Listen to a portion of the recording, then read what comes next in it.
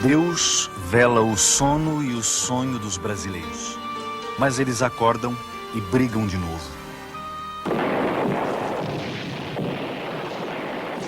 Em 1932, os brasileiros acordaram e brigaram de novo. Todo paulista sabe ser pobre como um Jó, para com esta pobreza alcançar a riqueza maior, a riqueza melhor, a riqueza gloriosa, a riqueza suprema, a única riqueza que São Paulo quer, a vitória, a vitória, a vitória. Essa voz que conclama os paulistas para a vitória é de César Ladeira, um jovem estudante de Direito que seria um dia o locutor mais famoso do rádio brasileiro. Em 32, César Ladeira se tornou o locutor oficial do Levante Armado, desencadeado pelos paulistas contra o governo provisório instalado pela Revolução de 30. Para os paulistas, o governo provisório sediado no Palácio do Catete, chefiado por Getúlio Vargas, se transformara numa ditadura. Havia insatisfeitos por todo o país, mas só os paulistas declararam guerra ao governo federal. Até hoje há quem pense que o objetivo do Levante era separar São Paulo do resto do país. Mas os paulistas diziam que a sua luta era pela democratização do país e por uma nova Constituição. Na Guerra Civil de 32 morreram mais de 800 homens, número maior do que o dos brasileiros mortos na Segunda Guerra Mundial. As maiores baixas foram entre os paulistas, mais de 600 mortos. Foi uma luta desigual. São Paulo tinha 35 mil soldados. As forças do governo provisório eram 3 vezes mais numerosas e mais bem equipadas. Apesar do apoio maciço da população e do alistamento espontâneo de mais de 45 mil civis, depois de quase 3 meses de combates, os paulistas foram derrotados. Mas muita gente ainda acredita que eles poderiam ter vencido se as tropas de Mato Grosso tivessem se unido em massa às de São Paulo e se gaúchos e mineiros tivessem aderido ao Levante.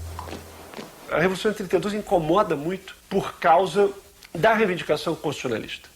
E como nós vivemos numa sociedade extremamente autoritária, ainda hoje esse requisito do constitucionalismo a quente é algo que incomoda a opinião dominante na política. Tanto em qualquer espectro, do centro-esquerda ou da esquerda, a esquerda devia fazer as pazes com a Revolução de 32.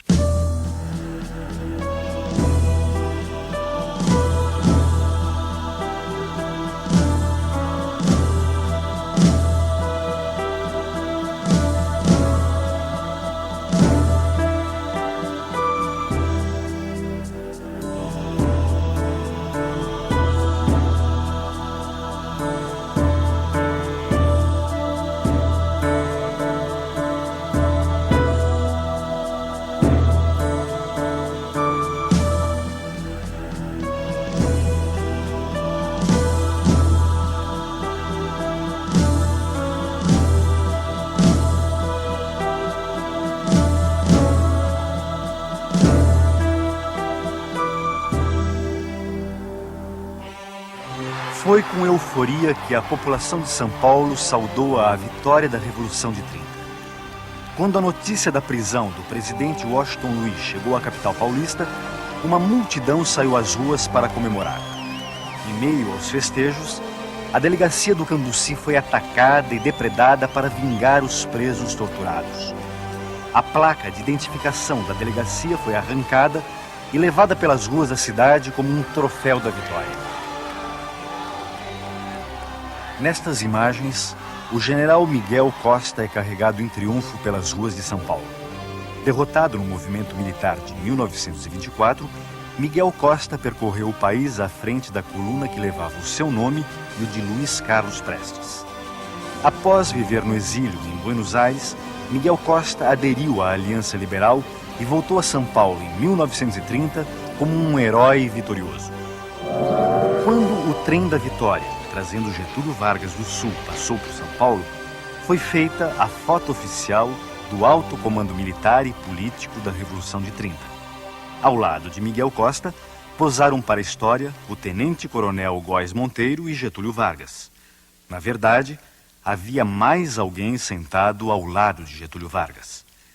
Era Francisco Morato, presidente do Partido Democrático, que fora ao encontro de Getúlio Vargas na expectativa de ser confirmado como interventor do governo provisório em São Paulo.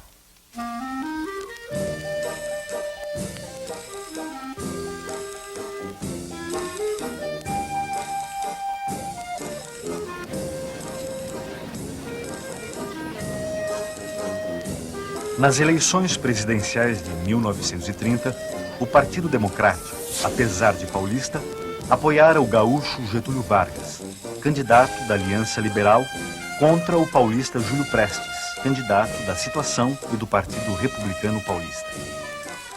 O PRP representava os interesses da oligarquia de São Paulo e de Minas Gerais, que na República Velha fazia os presidentes a seu bel prazer.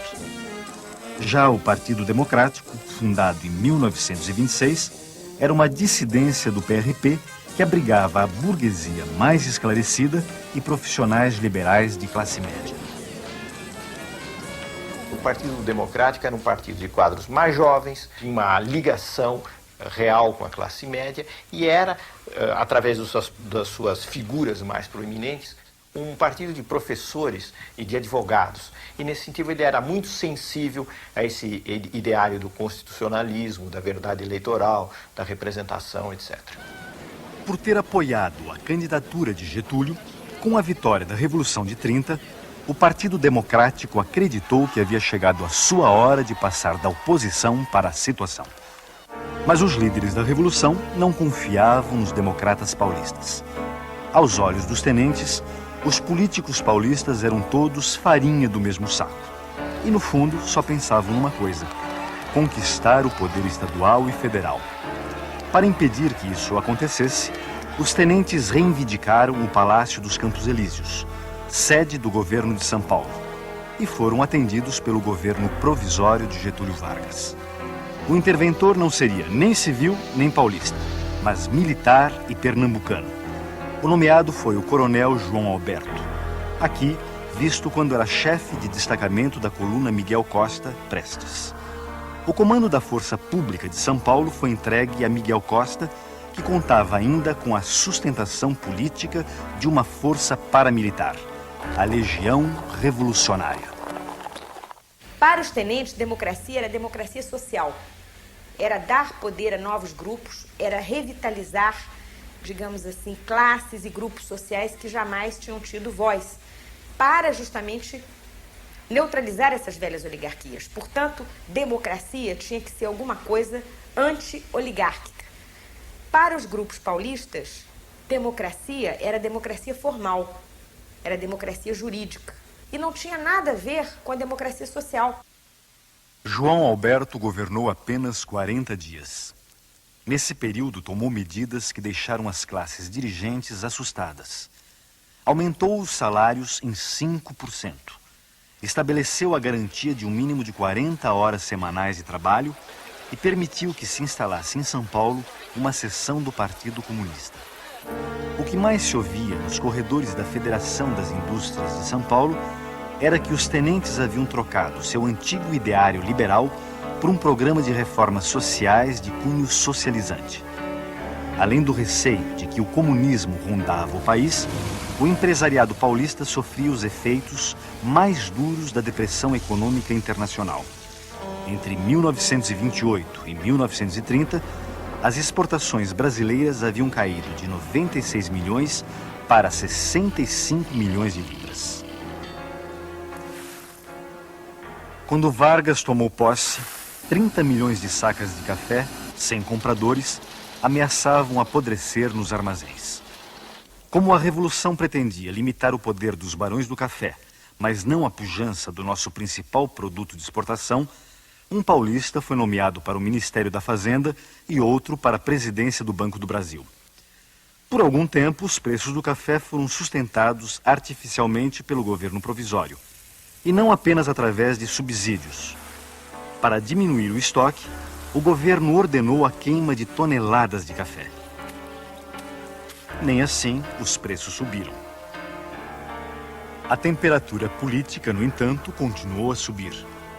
Em 28 de abril de 1931, o 6º Batalhão de Infantaria da Força Pública subleva-se no Cambuci, na capital paulista, com a participação de membros do Partido Democrático. Não dá em nada, mas é o primeiro sinal de que os paulistas estavam dispostos a tudo para se livrar da tutela dos tenentes. Ficou muito claro que os tenentes não iam ser derrotados sem luta. Então foi essa ideia de que estavam esgotadas as possibilidades, não é, de uma negociação que levasse efetivamente à constitucionalização rápida do país e à autonomia de São Paulo que precipitaram a crise. O que é que desperta fundamentalmente essa massa de classe média, sobretudo, que vai para a rua em 1932? É a ideia de que São Paulo foi prejudicado, que São Paulo foi ferido, que São Paulo carrega os demais estados da federação, que são 20 vagões vazios, que o São Paulo foi ocupado por um tenentinho qualquer, que era o tenente João Alberto. Tudo isso é que explica essa galvanização, essa sensação de profunda injustiça e profundo dever em nome do Brasil até que percorre a população de São Paulo. Sem esse sentimento, sem esse tipo de valor, não se explica a mobilização. Embora gaúchos e mineiros também estivessem decepcionados com os rumos da Revolução de 30, foram os paulistas que mais se agitaram contra o governo provisório. Nenhum dos 3 sucessores de João Alberto conseguiu esquentar a cadeira de interventor. Contra a vontade de João Alberto e Miguel Costa, Getúlio escolheu para interventor o civil e paulista Laudo de Camargo. Sem contar com o apoio dos políticos paulistas, Laudo de Camargo renuncia ao cargo 3 meses depois. Em seu lugar, entrou o coronel Manuel Rabelo, que também durou pouco tempo no poder. Estes respeitáveis senhores são políticos, funcionários públicos e jornalistas de São Paulo, unidos para completar o alargamento da Rua São João, fazendo surgir a Avenida São João. Depois da reforma urbana na cidade de São Paulo, os paulistas voltariam a unir forças para tentar reformar o sistema político do país. Em janeiro de 1932, o Partido Democrático rompe com o governo provisório e se une ao Partido Republicano. Nasce a Frente Única Paulista. O pacto entre os 2 partidos é selado num gigantesco comício na Praça da Sé. No dia do aniversário de São Paulo, 25 de janeiro, uma chuva torrencial não impediu a maior manifestação política já vista na cidade. A palavra de ordem que fazia a multidão vibrar era: tudo por São Paulo. E um dos oradores gritou: os tenentes são eunucos de Getúlio. Em resposta, o jornal Diário Carioca, simpático aos ideais constitucionalistas, é empastelado no Rio por membros do Clube 3 de Outubro, principal reduto dos tenentes. Chocados com o empastelamento, os gaúchos que integravam o governo provisório, Lindolfo Collor, Batista Luzardo, João Neves da Fontoura e Mariano Cardoso, se demitem e voltam aos Pampas para conspirar.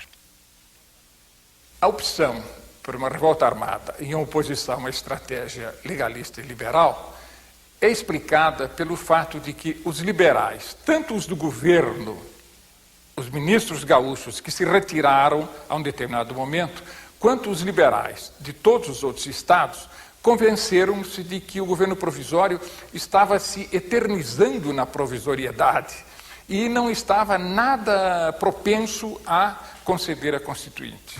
E então decidiram que a receita para 32 deveria ser a mesma de 30, isto é, o fuzil em vez do voto.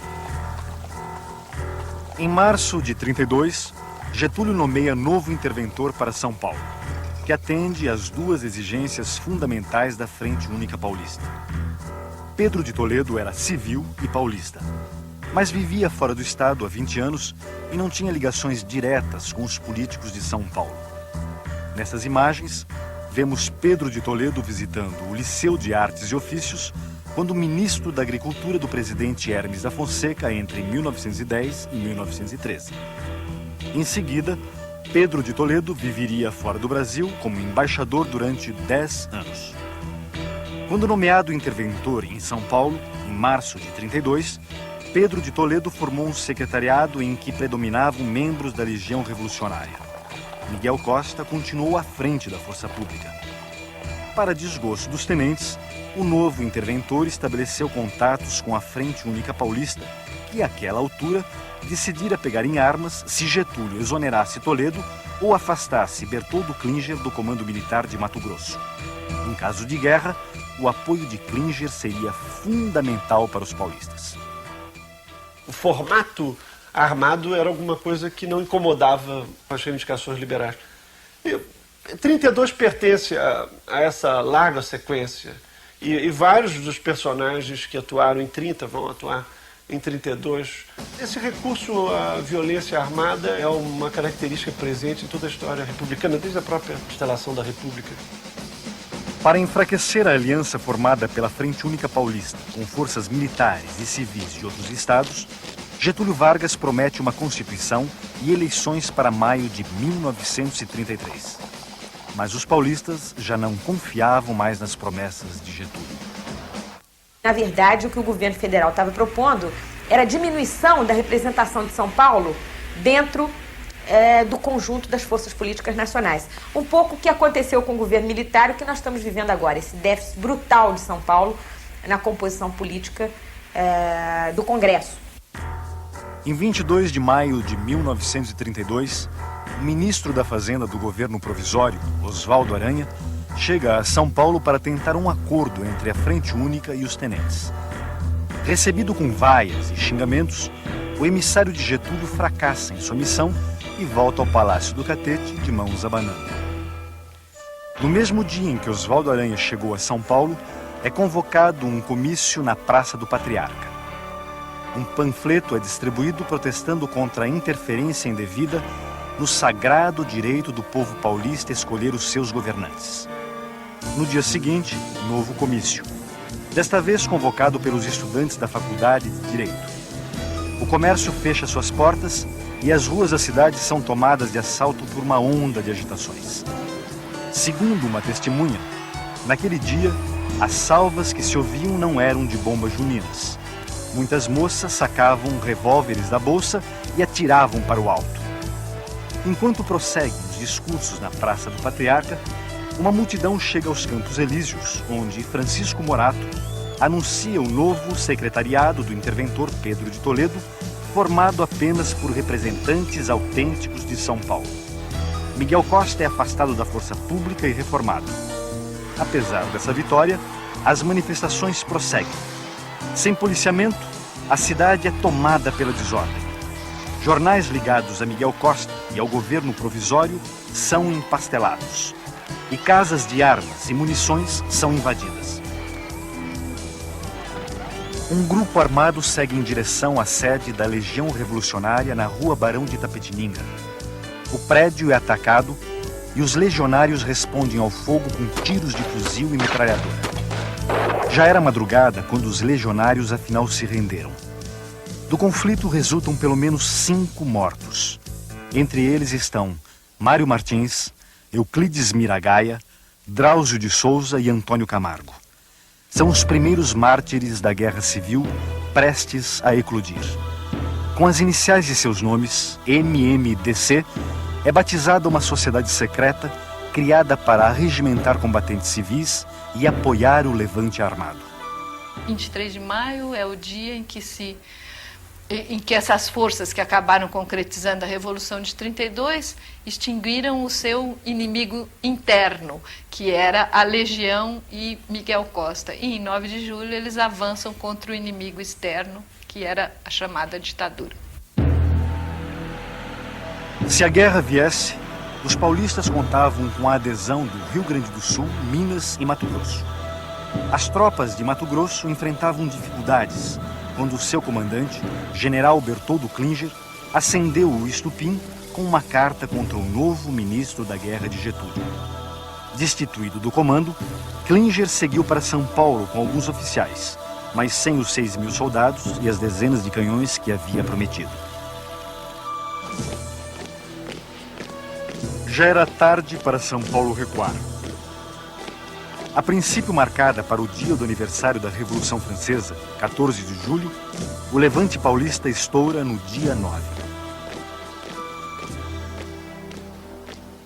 Eu caracterizaria o movimento paulista, um pouco esquematicamente, como sendo um movimento federalista, civilista, liberal e socialmente conservador, contra o governo central, que naquele momento se caracterizava por ser centralizador, por ser autoritário, por ser dominado por militares e por ser socialmente reformista.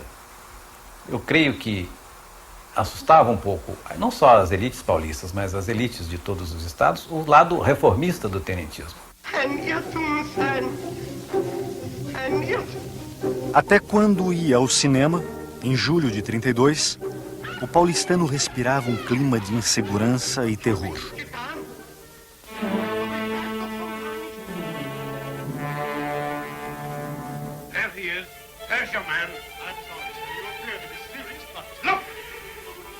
Enquanto as trevas baixavam nas telas, o levante armado saía às ruas.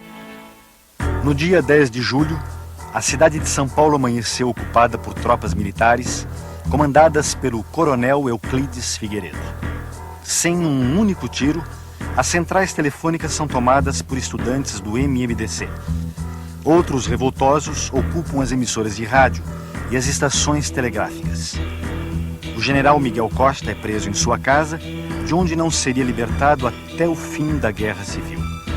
O MMDC instala seu comando na Faculdade de Direito do Largo de São Francisco, para onde se dirigem os voluntários alistados. O velho general Isidoro Dias Lopes, chefe da Revolução de 1924, é o líder militar do levante e o comando das operações fica com o general Bertoldo Klinger.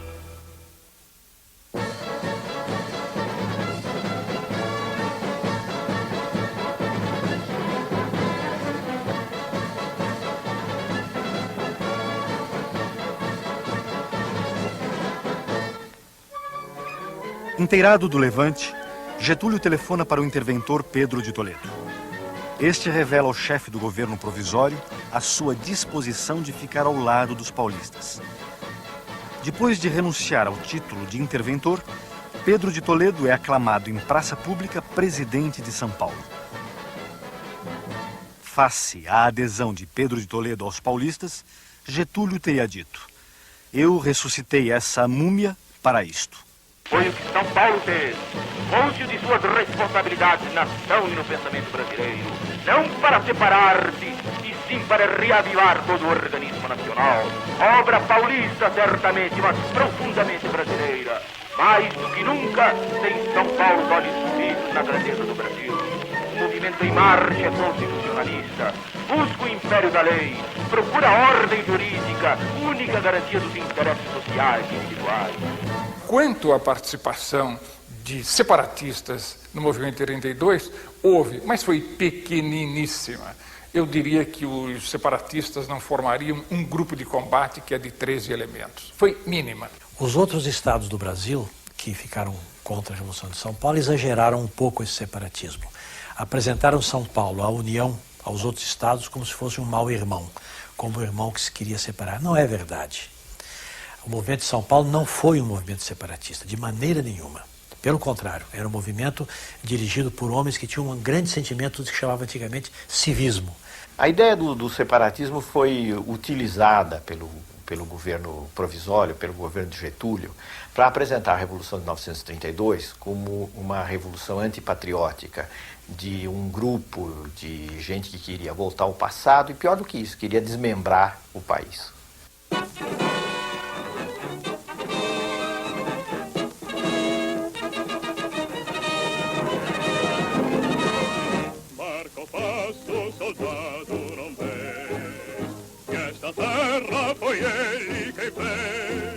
Os planos do levante previam uma ação rápida para derrubar Getúlio e erradicar a influência dos tenentes. Ninguém pensava numa guerra prolongada. Mas a guerra civil durou quase 3 meses e mobilizou um total de 150 mil homens. Nunca houve no Brasil, neste século, um conflito armado dessa dimensão. O Exército Paulista, formado por militares, soldados da Força Pública e voluntários civis, registrou 35 mil homens em suas fileiras. Como não houvesse fuzis nem munição para todos, metalúrgicas e fundições são adaptadas para a produção de balas, armamentos e capacetes. O esforço de guerra mobiliza as mulheres para fazerem uniformes e outros serviços. Para tentar enganar o inimigo sobre o seu verdadeiro poder de fogo, os paulistas inventaram a matraca, uma engenhoca de madeira que simulava o barulho de uma metralhadora. Nessas imagens, soldados mineiros brincam com uma matraca capturada dos paulistas. Segundo os mineiros, a matraca não assustava ninguém, pois não podia ser ouvida a mais de 50 metros.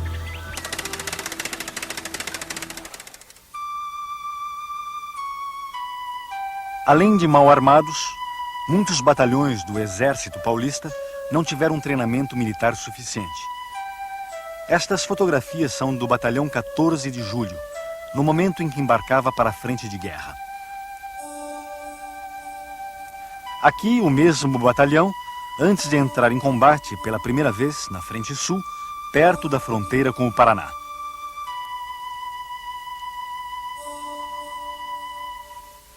Depois de 2 dias de combates, eles bateram em retirada, deixando para trás 11 mortos e 45 prisioneiros. Foi a primeira de uma série de vitórias das tropas federais, comandadas pelo general Valdomiro Lima, que seria, depois da guerra, um novo interventor em São Paulo. Sem a adesão do Rio Grande do Sul e de Minas, não há possibilidade de vitória militar para São Paulo. Quando o general Flores da Cunha, interventor no Rio Grande do Sul, e Olegário Maciel, interventor em Minas Gerais, mobilizam suas forças contra São Paulo, a sorte do levante é selada. Com uma vitória dessa natureza contra o governo central, São Paulo teria, o poder de São Paulo seria incontestado, quase incontestável.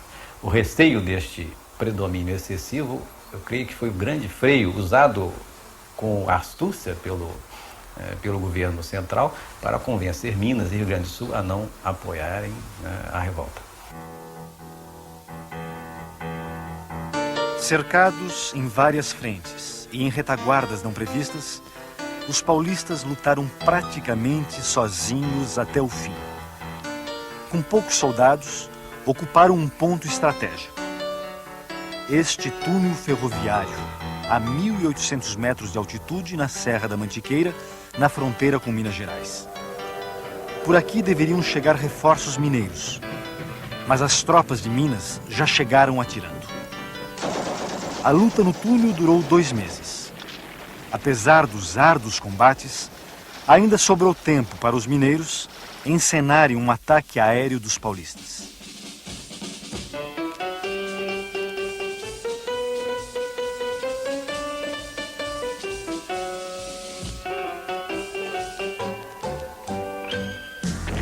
No final, as baixas chegaram a mais de 1.000 homens entre mortos e feridos. Do ponto de vista militar, a Batalha do Túnel foi decisiva para a vitória das tropas do governo provisório. Numa retaguarda, os paulistas venceram todas as batalhas. Na retaguarda de São Paulo. Nunca se havia visto tamanha mobilização em torno de uma causa. Além dos milhares de voluntários civis, para fazer frente aos gastos com a guerra, quem podia não se recusou a doar um pouco de ouro para o bem de São Paulo. Nesse caso, nós tivemos uma explosão geral das classes dominadas sob a liderança das classes dominantes. E a Revolução de 32, a meu ver, marca o último momento em que as classes dominantes conseguiram incorporar as classes dominadas ao seu projeto político, como se o povo fosse um só bloco. A estratégia militar, uma prolongada guerra de trincheira e alguns armamentos usados fizeram a Guerra Civil de 32 parecer uma reedição da Primeira Guerra Mundial. Mas seu índice de modernidade pode ser atestado através do papel decisivo que nela tiveram o rádio, a aviação, a indústria gráfica e a fotografia. Impossível dissociar a Guerra de 32 da nascente cultura de massa no Brasil. Sua memória está hoje guardada em centenas de fotos, cartões postais, cartazes e panfletos. E também nos vários hinos marciais, especialmente compostos para encher os paulistas de brilhos. Marca o passo, soldado não vê, que esta terra foi ele quem fez. E teu passo é compasso seguro, de um passado, um presente, um futuro. É soldado, que grande tu és, tua terra... Eu creio realmente que a ideia da Constituição era uma ideia muito abstrata, mas a ideia da autonomia e o sentimento regionalista não eram nada abstratos. Os medos do comunismo também não eram nada abstrato. O grande tribuno da Revolução, o Ibrahim Nobre, apresentou 32 como a luta de Jesus contra Lenin. Esse foi um dos grandes elementos da manipulação. Assim que tomou conhecimento do bombardeio das cidades paulistas pelos aviões do governo provisório, Santos Dumont encaminhou à imprensa o seu protesto. Amargurado com a utilização do seu invento como arma de guerra, o pai da aviação se suicidou no Guarujá, no dia 23 de julho. Nem todos acreditam que o suicídio tenha relação com a Guerra Civil de 32. De todo modo, sua morte em nada alterou o ritmo da guerra. Depois de um batalhar sem tréguas, em que foram atiradas contra nós as forças armadas de todo o país, teve a ditadura de se convencer de que elas não bastavam para nos abater e humilhar. Improvisamos rapidamente todos os nossos meios de defesa e resistimos ao monstro, apoiados nas colunas de aço da opinião pública, impossível ser vencida pelo canhão ou pela espada. Apesar do otimismo dos discursos, desde cedo ficou claro que as tropas de São Paulo não poderiam conter o avanço das forças do governo provisório. No dia 12 de agosto, o comandante das forças militares de São Paulo, Bertoldo Klinger, daria o primeiro passo com vistas a um armistício. Mas as condições humilhantes impostas por Getúlio fazem o general desistir da proposta. A guerra prossegue por mais de um mês. Até que, a 29 de setembro, Bertoldo Klinger tenta novamente um armistício honroso. Tudo indica que desta vez será diferente. Mas não foi. O protocolo de exigências entregue pelo general Góes Monteiro é considerado desonroso e os planos de paz voltam à estaca zero. Por algum tempo, os soldados mineiros continuaram podendo fazer pequenas encenações para a câmera.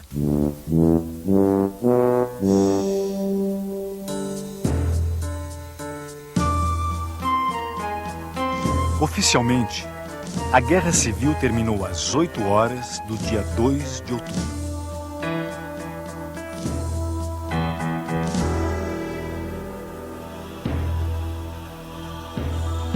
Às 3h30 da tarde, os oficiais da Força Pública de São Paulo comunicaram a Pedro de Toledo, no Palácio Campos Elíseos, a deposição do governo paulista. Meia hora depois, emissoras de rádio transmitiam a seguinte mensagem assinada por Góes Monteiro: pode São Paulo estar certo de que o governo não o tratará em desigualdade e inferioridade em relação aos outros estados. No final da tarde, Pedro de Toledo recomendou aos seus assessores: vamos para casa esperar a prisão. Enquanto os soldados de São Paulo são presos e muitos paulistas saem às ruas para protestar contra o armistício, na frente de guerra alguns combatentes se recusam a aceitar a derrota e batem em retirada para Mato Grosso, dispostos a resistir. Entre eles estava o coronel Euclides Figueiredo, que só foi preso 12 dias depois do final da guerra, com outros 9 combatentes. Paulo Duarte era um desses combatentes.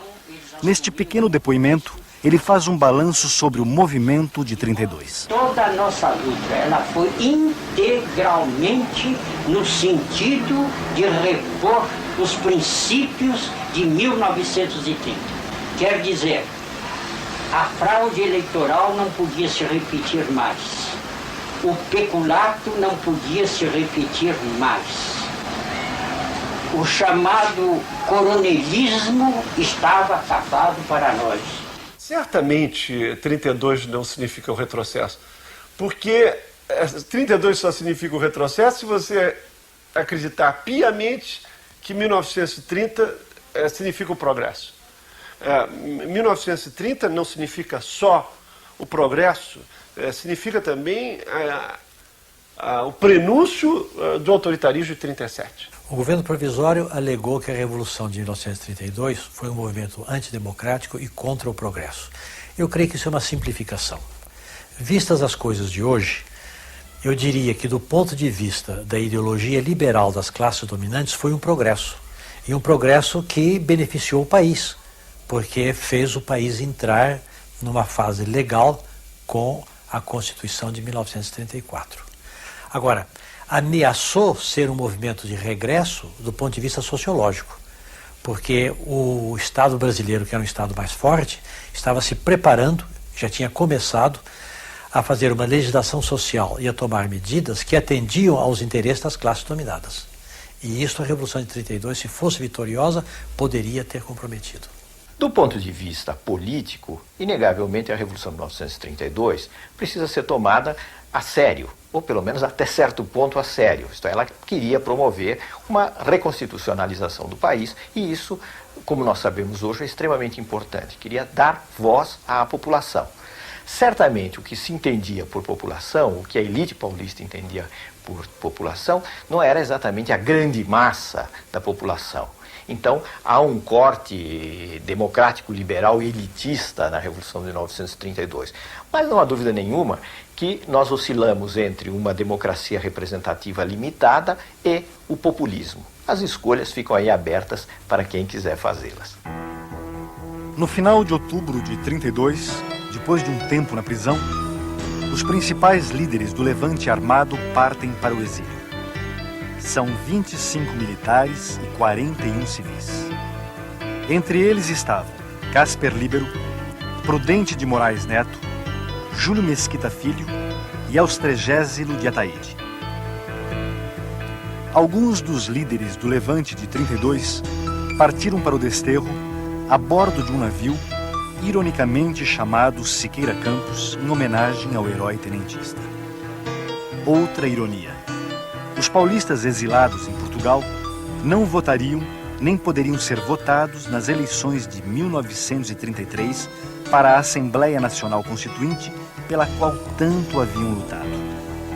Os partidos paulistas, derrotados em 32, estariam presentes quando Getúlio tomou posse como presidente da República em 1934, depois de promulgada a Constituição, em nome da qual São Paulo se levantara em armas.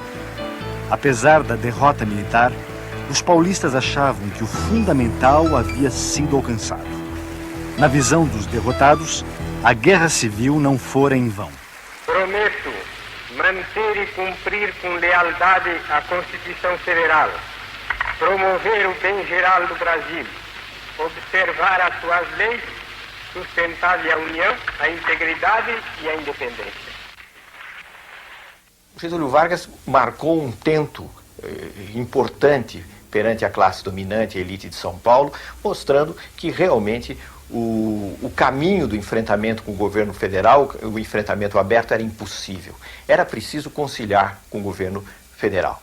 Os paulistas naquele tempo ficaram muito susceptibilizados com a derrota e criaram algumas frases assim lapidares. Uma delas foi essa: São Paulo não esquece, não transige e não perdoa. Esse estado de espírito perdurou muito tempo na população em São Paulo, na vida cotidiana. Mas na ação política não foi verdade. Porque logo depois da Revolução houve um congressamento das elites paulistas com o governo federal através da interventoria de Armando Salles Oliveira.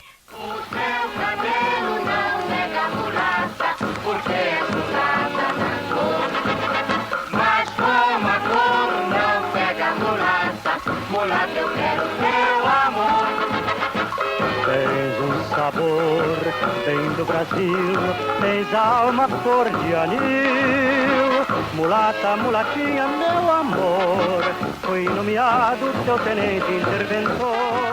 Essa referência aos tenentes interventores da Revolução de 30 foi feita no Carnaval de 1932 pela marchinha O Teu Cabelo Não Nega. No Carnaval de 33, foi a vez da Guerra Paulista ser lembrada nas ruas e nos salões. Meu bem, pra me livrar da matraca, da língua de uma sogra infernal, eu comprei um trem blindado pra poder sair do carnaval. O título dessa marchinha é Trem Blindado. Ela brinca com o trem inventado pelos paulistas para combater as forças do governo provisório na Guerra Civil de 32. O trem, composto de uma locomotiva e 2 vagões, era camuflado. Na frente, um canhão. Nos flancos, metralhadoras. No alto, 2 potentes holofotes. Fazia jus ao apelido Fantasma da Morte, mas não influiu no resultado da guerra. Depois do Carnaval, veio a Quaresma. E depois da Quaresma, as eleições de maio de 1933 para a Assembleia Nacional Constituinte. Novamente unidos, os partidos paulistas, derrotados em 32, compõem uma chapa única e elegem 17 dos 22 representantes de São Paulo.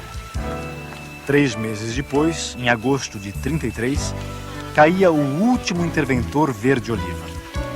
Num gesto surpreendente, Getúlio, já eleito presidente da República pelo voto indireto dos constituintes, nomeou Armando de Salles Oliveira para governar São Paulo e declarou publicamente: quero que compreendam a extensão e o significado deste ato, pois com este decreto entrego o governo de São Paulo aos revolucionários de 32. Armando Salles era o líder consensual da elite paulista. Depois de ser interventor nomeado, foi eleito pelo voto indireto governador de São Paulo em abril de 1935 e teve sua candidatura à presidência da República lançada em fevereiro de 1937.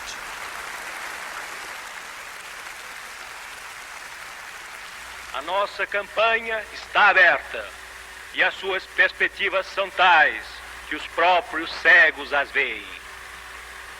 A bandeira que erguemos não é pequena, é uma só e está sustentada por brasileiros de todos os pontos do país. O seu tamanho, por conseguinte, é o do próprio Brasil.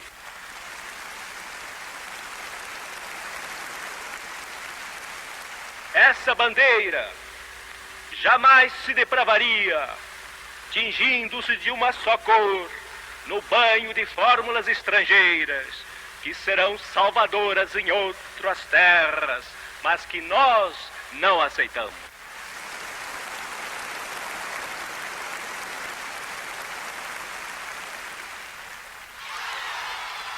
Apesar dessas manifestações de entusiasmo, as eleições presidenciais previstas para janeiro de 1938, afinal, não aconteceram. Getúlio e os militares que o cercavam rasgam a Constituição de 1934 e fazem baixar sobre o país as trevas do Estado Novo. O pretexto dado na época para o golpe foi que só um regime autoritário seria capaz de conter a subversão da ordem pelos comunistas, os vilões nacionais desde 1935, quando uma insurreição militar liderada, entre outros, por alguns tenentes ligados a Luiz Carlos Prestes, fez tremer os alicerces do Palácio do Catete. Até hoje se pergunta em que medida a derrota dos paulistas e do seu ideário liberal, em outubro de 1932, ajudou a aplainar o caminho para a decretação do Estado Novo. A derrota do movimento de 1932 ajudou a aplainar o caminho para o Estado Novo, na medida em que foi a vitória de um poder central onde a ideia de uma ditadura era uma ideia muito forte, desde cedo, desde os anos 1930, a instauração de uma ditadura com permanência no país. Então, na medida em que as forças que se opunham a isso foram derrotadas, sem dúvida a derrota da Revolução de 1932 concorreu para isso. A negociação que se seguiu a 32 foi muito clara. Devolveu-se autonomia a São Paulo, mas uma autonomia leal ao governo central. E essa lealdade foi tão profunda que quando Armando Salles de Oliveira parte com um projeto liberal antagônico ao do Getúlio, São Paulo fica com Getúlio. São Paulo acabou concordando de uma forma ou de outra com o governo varguista, e São Paulo não são só suas elites dirigentes. São Paulo votou maciçamente em Getúlio para senador depois.